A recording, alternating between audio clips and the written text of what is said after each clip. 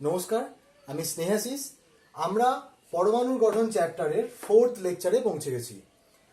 এর আগের লেকচারগুলোতে আমরা দেখেছিলাম যে রাদারফোর্ডের পরমাণু মডেল কি করে ফেলিওর হয়ে গেল, অর্থাৎ রাদারফোর্ডের পরমাণু মডেল পরমাণুর স্থায়িত্বের ব্যাখ্যা করতে পারেনি এবং পরমাণুর যে বর্ণালী, যে স্পেকট্রা পাওয়া গেছিল, অ্যাটমিক স্পেকট্রাম, রাদারফোর্ডের পরমাণু মডেল অনুযায়ী সেই স্পেকট্রামটা একটা কন্টিনিউয়াস স্পেকট্রাম হওয়ার কথা ছিল, কিন্তু আমরা ছবিতে দেখেছি যে অ্যাকচুয়াল যে স্পেকট্রামটা সেইটা ডিসক্রিট স্পেকট্রাম, অর্থাৎ বিচ্ছিন্ন বর্ণালী পাওয়া গিয়েছিল। লাইটের মাঝে মাঝে কিছু কিছু অন্ধকার অঞ্চল পাওয়া গিয়েছিল, সেইগুলোর ব্যাখ্যা কিন্তু রাদারফোর্ড দিতে পারেননি। তো এই ত্রুটিগুলো দূর করার জন্য 1913 খ্রিস্টাব্দে ডেনমার্কের একজন বিজ্ঞানী নিলস বোর উনি ফিল্ডে এলেন। উনি রাদারফোর্ডের পরমাণু মডেলের কিছু কিছু ত্রুটিকে সংশোধন করার চেষ্টা করলেন। প্রথমত উনি বললেন যে নিউক্লিয়াসের চারিদিকে ইলেকট্রনগুলো যে কোনো কক্ষপথে ঘুরতে পারে না, কেবলমাত্র কতগুলো স্থায়ী কক্ষপথে ঘুরতে পারে। অর্থাৎ স্থায়ী কক্ষপথের একটা কথা উনি বললেন। কীরকম স্থায়ী কক্ষপথ? উনি বললেন ইলেকট্রনগুলো এমন কক্ষপথে ঘুরবে নিউক্লিয়াসের চারিদিকে যাতে করে ইলেকট্রনটার কৌণিক ভরবেগ MVR, কৌণিক ভরবেগ, সেটা হবে কি n/h/2π এর সাথে সমান হবে। আচ্ছা, এখানে একটা কথা বলে দিই, কৌণিক ভরবেগ MVR, আমরা জানি ভরবেগ মানে কি ভর ইন্টু বেগ, অর্থাৎ m/v, এবং সেটা যখন কৌণিক ভরবেগ হয় তখন তার সাথে ওই বৃত্তাকার কক্ষপথের ব্যাসার্ধকে গুণ করা হয়, আর কে গুণ করা হয়, তাহলে কৌণিক ভরবেগ পেলাম। সেই কৌণিক ভরবেগ কার সাথে সমান হবে? h/2π into n। এখানে h হচ্ছে প্লাঙ্ক কনস্ট্যান্ট, প্লাঙ্ক ধ্রুবক, তার মান কত? 6.626 ইন্টু 10⁻34 জুল সেকেন্ড। আর n হচ্ছে, n এর ভ্যালু হচ্ছে 1 2 3 4, অর্থাৎ এটা একটা ইন্টিজার, পূর্ণ সংখ্যা। তাহলে এই পূর্ণ সংখ্যার যদি ইলেকট্রনগুলো যে কক্ষপথে ঘুরবে সেই কক্ষপথে ঘোরার সময় ইলেকট্রনের কৌণিক ভরবেগ যদি এই পরিমাণ হয় তাহলে সেই কক্ষপথটাকে আমরা স্থায়ী কক্ষপথ বলবো। ঠিক আছে, এইটা হচ্ছে বোরের মডেলের প্রথম স্বীকার্য, অর্থাৎ উনি এটা ধরে নিলেন। দ্বিতীয়ত উনি কি বললেন? উনি বললেন এই স্থায়ী কক্ষপথে ঘোরার সময় ইলেকট্রনগুলো কোনো রকম এনার্জি শোষণও করবে না, কোনো রকম এনার্জি ছাড়বেও না। এই প্রসঙ্গে একটা গল্প বলা যেতে পারে। যেমন মনে করো কোনো একজন কাউকে গায়ে পারফিউম লাগিয়ে দেওয়া হলো, তারপর সে যদি 100 কিলোমিটার ট্রাভেল করে তাহলে তার গা থেকে আর বেসিক্যালি পারফিউমের কোনো গন্ধ পাওয়া যাবে না। কিন্তু যদি তার গা থেকে পারফিউমের গন্ধ 100 কিলোমিটার ট্রাভেল করার পরও পেতে হয় তাহলে একটা উপায় অবলম্বন করা যেতে পারে। সেই ব্যক্তিকে যদি একটা বাক্সের মধ্যে, এয়ারটাইট বাক্সের মধ্যে বন্দি করে দেওয়া হলো, দিয়ে তাকে 100 কিলোমিটার ট্রাভেল করানো হলো, দিয়ে তারপর 100 কিলোমিটার ট্রাভেল করার পর তাকে যদি বাক্স থেকে মুক্ত করে দেওয়া হয় তখনও কিন্তু তার গা থেকে পারফিউমের গন্ধ পাবে। সেই রকম ব্যাপারটাই এখানে কল্পনা করা হচ্ছে যে এই কক্ষপথে, অর্থাৎ স্থায়ী কক্ষপথে ঘোরার সময় ইলেকট্রনটা এমন কন্ডিশনে রয়েছে যে ও কোনো রকম এনার্জি শোষণও করবে না, কোনো রকম এনার্জি ছাড়বেও না। তাহলে ওর এনার্জি কমবে না, ও তাহলে আস্তে আস্তে ক্রমহ্রাসমান কুণ্ডলীকৃত পথে গিয়ে নিউক্লিয়াসের উপর পড়েও যাবে না, ওর শক্তি স্থির থাকছে। তাহলে এইভাবে উনি পরমাণু মডেলের স্থায়িত্বের ব্যাখ্যা করতে সমর্থ হলেন। আরেকটা স্বীকার্য উনি বললেন, তৃতীয় স্বীকার্যতে উনি বললেন যে ইলেকট্রনগুলো যদি কোনো উচ্চতর শক্তির স্তর থেকে নিম্নতর শক্তির স্তরে যায় তাহলে সে তড়িৎচুম্বকীয় তরঙ্গের আকারে শক্তি ছাড়বে। বিপরীতভাবে যদি নিম্নতর কোনো শক্তির স্তর থেকে উচ্চতর শক্তির স্তরে যায় তাহলে সে তড়িৎচুম্বকীয় তরঙ্গের আকারে শক্তি শোষণ করবে। এবার আমরা পরমাণুর বর্ণালীর ব্যাপারটা দেখি। বর্ণালীটা কিছুটা এইরকম ছবি এসেছিল, এইরকম কিছু কিছু লাইন পাওয়া গিয়েছিল, আর এই মাঝখানের এই অঞ্চলগুলো, এখানে কোনো রকম ছবি আসেনি, কোনো রকম লাইন পাওয়া যায়নি। এই জায়গাগুলো অন্ধকার অঞ্চল, ডার্ক রিজিয়ন। আগের ছবিতে আমরা এগুলো দেখেছি।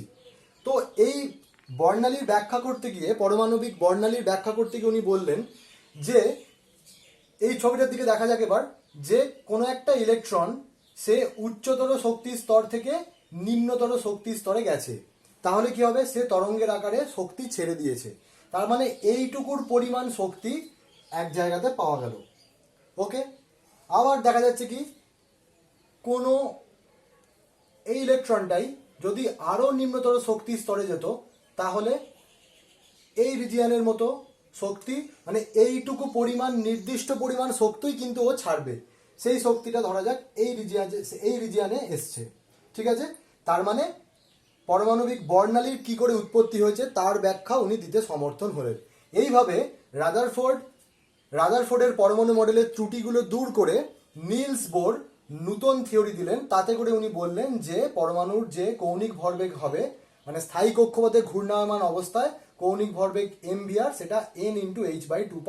এইভাবে উনি রাদারফোর্ডের পরমাণু মডেলের ত্রুটি দূর করে একটা বিশ্বাসযোগ্য মডেল দিতে সমর্থ হলেন। তাহলে বোরের পরমাণু মডেল অনুযায়ী আমরা দেখলাম, একটা ছবি এঁকেছি, এখানে 1 2 3 4 করে এগুলো সব স্টেশনারি অরবিটের ছবি আঁকা হয়েছে। ঠিক আছে, তার মানে এগুলো হচ্ছে স্টেশনারি অরবিট। এই অরবিটে ঘূর্ণায়মান অবস্থায় ইলেকট্রন কোনরূপ শক্তি শোষণও করবে না, ছাড়বেও না। আরেকটা কথা বোর কি বলেছিলেন, যে দুটো স্টেশনারি অরবিটের মাঝামাঝি কোনো অরবিট থাকতে পারে না। অর্থাৎ এই যে ফার্স্ট অরবিট আর সেকেন্ড স্টেশনারি অরবিটের মাঝ বরাবর যে কোনো অরবিট বরাবর ইলেকট্রন কিন্তু ঘুরতে পারে না, কেবলমাত্র স্টেশনারি অরবিটেই ইলেকট্রন আবর্তন করতে পারে।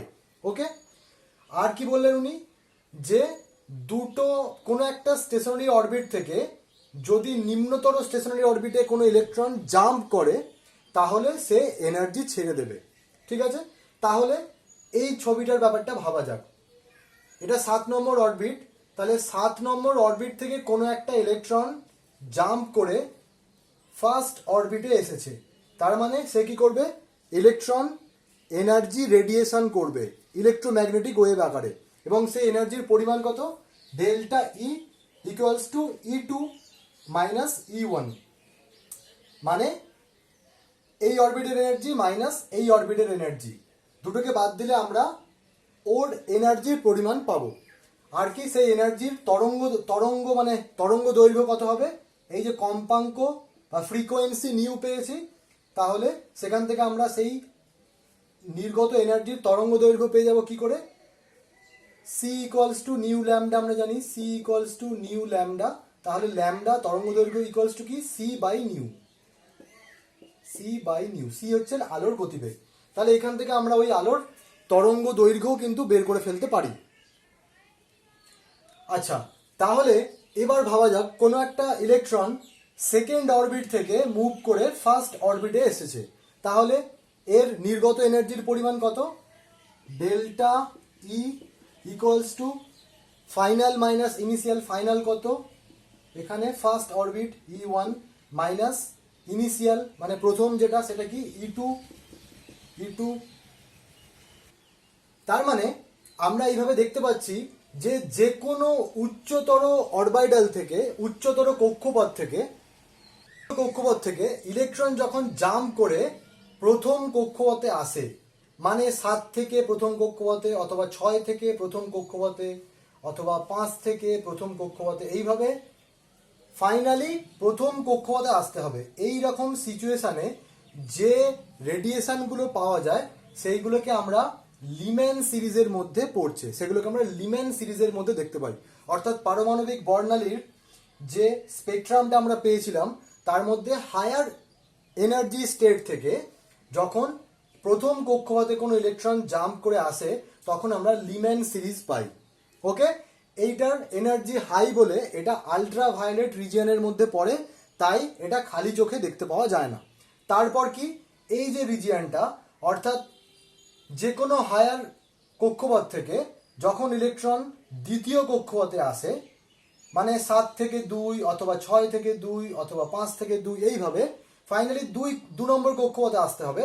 এই রকম কেস হলে সেটা খালি চোখে দেখতে পাওয়া যায়, ভিজিবল রিজিয়নের মধ্যে সেটা পড়ে, সেটাকে বামার সিরিজ বলা হয়। এরপর যখন 3 নম্বর কক্ষপথে ইলেকট্রন আসে তখন সেটাকে প্যাসেন্ট সিরিজ বলা হয়। তারপর যখন হায়ার থেকে 4 নম্বর কক্ষপথে আসে সেটাকে ব্র্যাকেট সিরিজ বলা হয়।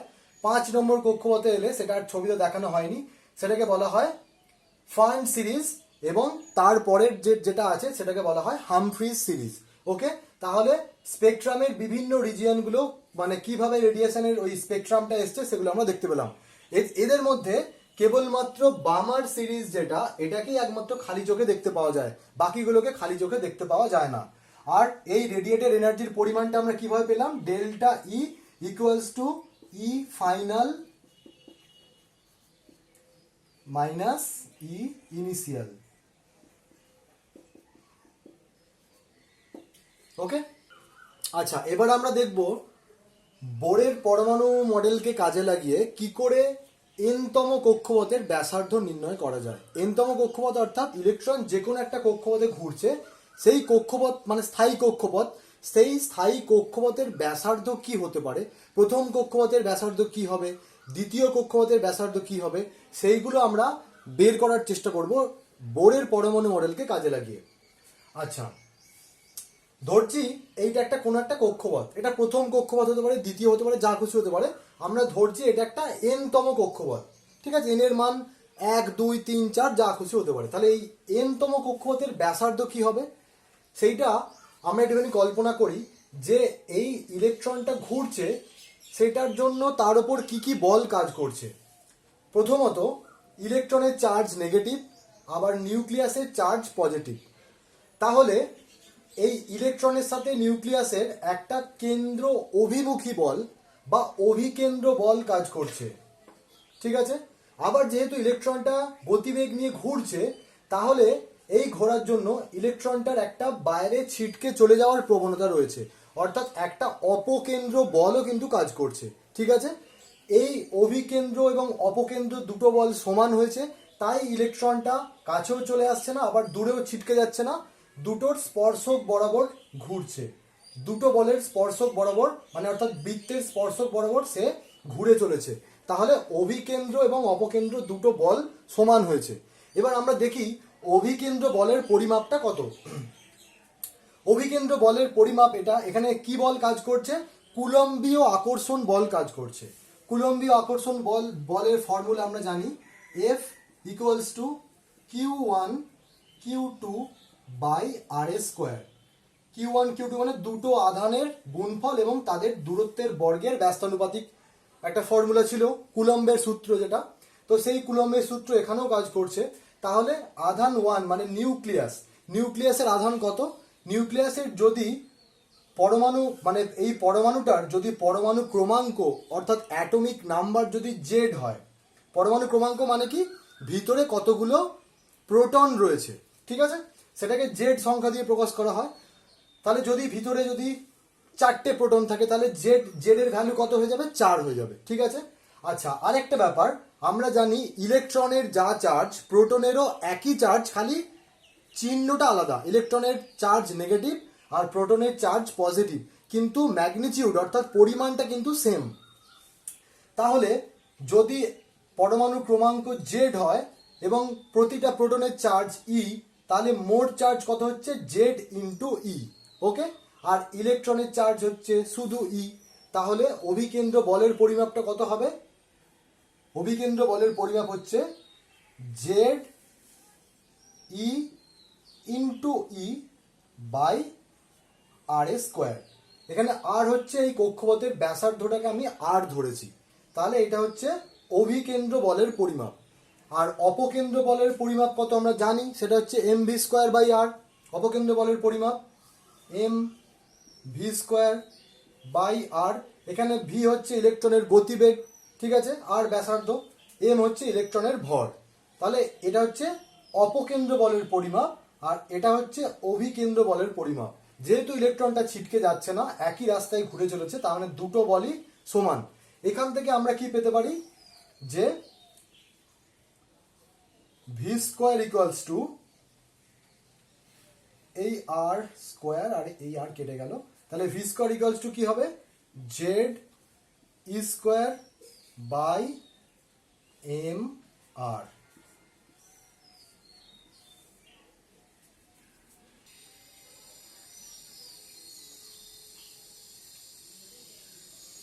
ওকে, এবার বোরের যে পরমাণু মডেল যেটা উনি দিয়েছিলেন সেখানে উনি কি বলেছিলেন, M V R equals to N into H by 2 pi. তাহলে এখান থেকে ভি কত হবে, V equals to NH by 2 pi, আর নিচে এম আর আরটা চলে এলো, এম আর এখান থেকে V square equals to N square H square by 4 pi square M square R square. এটাও একটা ভি স্কোয়ার বেরোলো। তাহলে দুটোই ভি স্কোয়ারের রাশিমালা দুটোই পাওয়া গেছে। তাহলে এখান থেকে এই দুটোকে আমরা যদি তুলনা করি তাহলে কি পাবো, Z square by M R equal to কত, N square H square by 4 pi square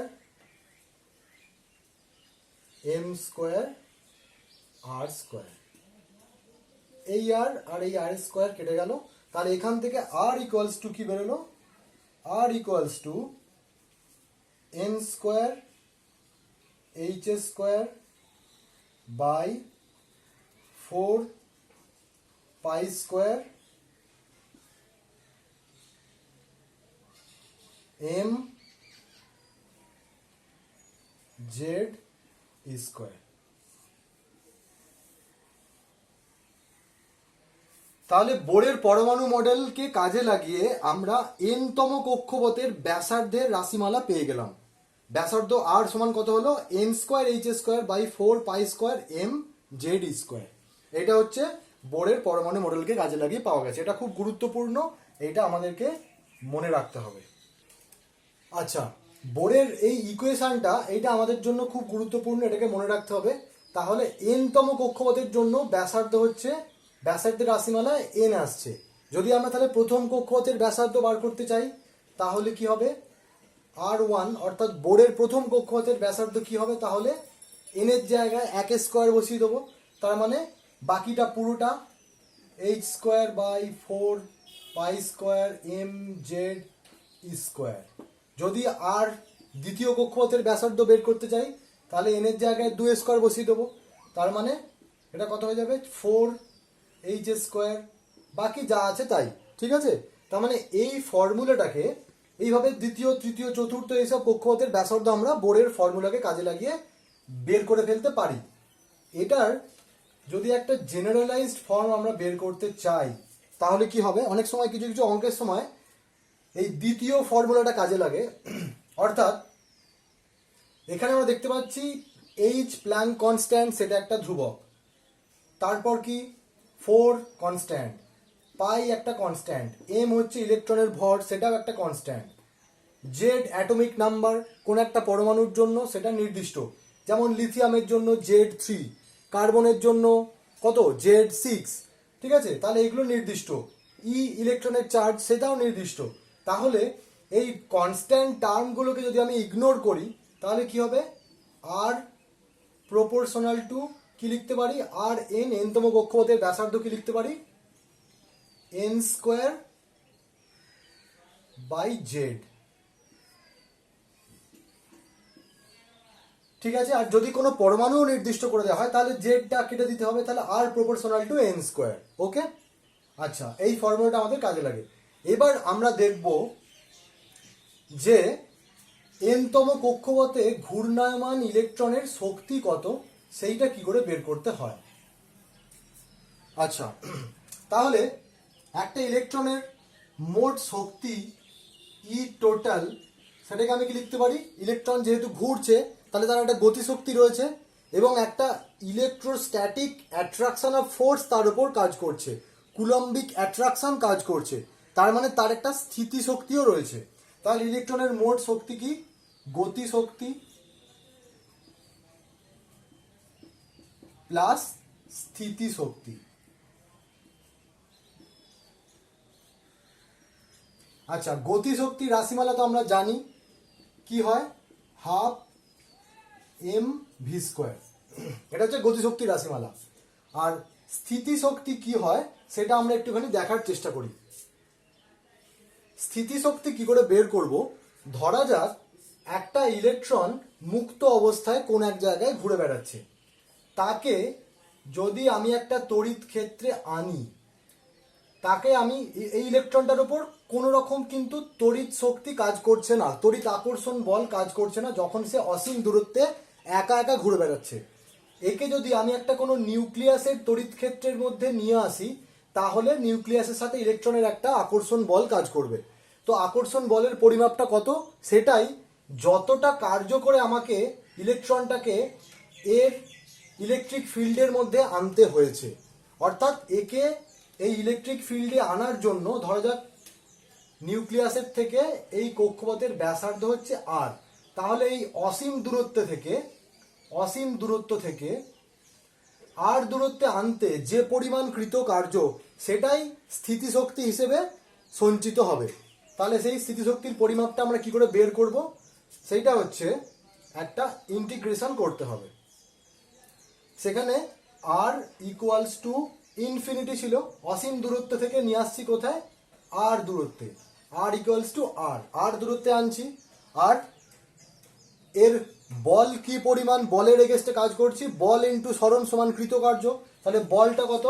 বল হচ্ছে কুলম্বীয় আকর্ষণ বল Z square by R square into D R. তাহলে এই অবকলন কি হবে? এখানে আমরা এটাকে ইন্টিগ্রেশন করছি, এই জেড আর ই দুটো কনস্ট্যান্ট আর এর রেসপেক্টে এদের কোনো চেঞ্জ হচ্ছে না। আমরা অবকলন করছি কার? ডি আর এর রেসপেক্টে, তার মানে শুধু আর এরই ইন্টিগ্রেশন করা যাবে। তাহলে আমরা এটাকে করতে পারি সমান জেড স্কোয়ারকে বাইরে নিয়ে চলে এলাম, দিয়ে D R by R square. তার মানে এটার ইন্টিগ্রেশন করলে কি হয়? R to the power -1 R to the power -2 plus 1 by -2 plus 1। এই -2 মানে আর এর পাওয়ারটা কত? আর এর পাওয়ার কত আছে? -2 আছে, তাই জন্য নিচে আর স্কোয়ার। তাহলে -2 প্লাস 1 বাই -2 প্লাস 1। বাইরেতে জেড স্কোয়ার রয়েছে অলরেডি, আগে থেকেই জেড স্কোয়ার রয়েছে। তাহলে কি হয়ে যাচ্ছে? এটা ইকুয়ালস টু মাইনাস, এই যে নিচে এই যে মাইনাস আসছে, তাহলে minus Z square by R. Okay, minus Z square by R, এটা হচ্ছে স্থিতিশক্তির পরিমাপ। তাহলে এখানে সেটা বসিয়ে দিই, সেটা কত হচ্ছে? Minus Z square by R. ওকে, আবার ভি স্কোয়ারের একটা ভ্যালু আমরা ওই রেডিয়াস বের করার সময় বের করেছিলাম। কত ভ্যালুটা? ভ্যালুটা হচ্ছে আমরা বের করেছিলাম একটু আগেই, V square equals to Z square by M R. এই মানটা এখানে বসিয়ে দিই, তাহলে কি হচ্ছে? হাফ এম ইন্টু ভি স্কোয়ারের জায়গায় Z square by M R, এই এম কেটে গেল, minus Z square by R equals to Z square by 2r minus Z square by R সমান কত হচ্ছে? Minus Z square by 2r। Okay, R এর value আমরা অলরেডি আগেই পেয়ে গেছি, সেই ভ্যালুটা আমরা এখানে বসিয়ে দিই। তাহলে minus Z square by 2 into R এর ভ্যালু কত? আর এর ভ্যালু হচ্ছে N square H square by 4 pi square M Z square. এই টার্মগুলো কেটে গিয়ে আসবে কত, ই ইকুয়ালস টু মাইনাস, এই যে এই দুই কেটে গেল, তাহলে minus 2 pi square M Z square, এই জেড গুণ করে Z square E to the power 4 by N square H square. এই যে ইকুয়েশনটা, এই ইকুয়েশনটাও আমাদের খুব কাজে লাগে, তাই এইটাকেও আমাদের মনে রাখতে হবে। এখন আমরা দেখলাম যে ই এর রাশিমালা minus 2 pi square M Z square E to the power 4 by N square H square এসেছে। এখানে আমাদের প্রশ্ন হলো যে এই মাইনাস সাইনটা এলো কেন, এই ঋণাত্মক চিহ্নটার তাৎপর্য কি, এটার সিগনিফিকেন্স কি? শক্তি ঋণাত্মক, এটাকে যদি আমরা চিন্তা করি ব্যাপারটা কিরকম দাঁড়ায়, এর তার মানে ব্যাপারটা বোঝাতে চাইছে শক্তি ঋণাত্মক হয়ে গেছে, মানে ঋণই আছে, মানে ইলেকট্রন যেটা সেটা কিন্তু ঋণ নিয়ে ঘুরে চলেছে, ঋণাত্মক শক্তি। এই ইলেকট্রনের শক্তি যদি আস্তে আস্তে বাড়তে থাকে তাহলে কি হবে, ঋণাত্মক অঞ্চল থেকে একটা টাইমে জিরো হবে। আর ইলেকট্রনের এনার্জি জিরো মানেই সেটা হচ্ছে মুক্ত ইলেকট্রন, সে আর তার আর কোনো ঋণ নেই, সে আর নিউক্লিয়াসের অধীনে ঘুরতে চাইবে না, সে আর নিউক্লিয়াসের অধীনে ঘুরবে না। এরপর যদি সামান্যতম এনার্জিও সে পায় তার মানে কি, তার ধনাত্মক এনার্জি, আর এই ধনাত্মক এনার্জিটাই গতি শক্তি হিসেবে ইলেকট্রনটাকে নির্গত করে দেবে। ঠিক আছে, আচ্ছা তাহলে এখানে যদি এই ইকুয়েশনটাকে যদি আমরা দেখি প্রপোর্শনাল সাইন দিয়ে, তাহলে দেখা যাচ্ছে E proportional to 1 by N square. Okay, তার মানে নিচেটা আছে হর, এটাকে হর বলে বা ডিনোমিনেটর বলে, এই ডিনোমিনেটরের স্কোয়ার আছে। তার মানে যদি আমরা ই ওয়ানের এনার্জি প্লট করি, সেটা নেগেটিভ এনার্জি, যে মাইনাস নেগেটিভ সাইন আছে সেটা দেখছি মাইনাস 13.6 ইলেকট্রন ভোল্ট।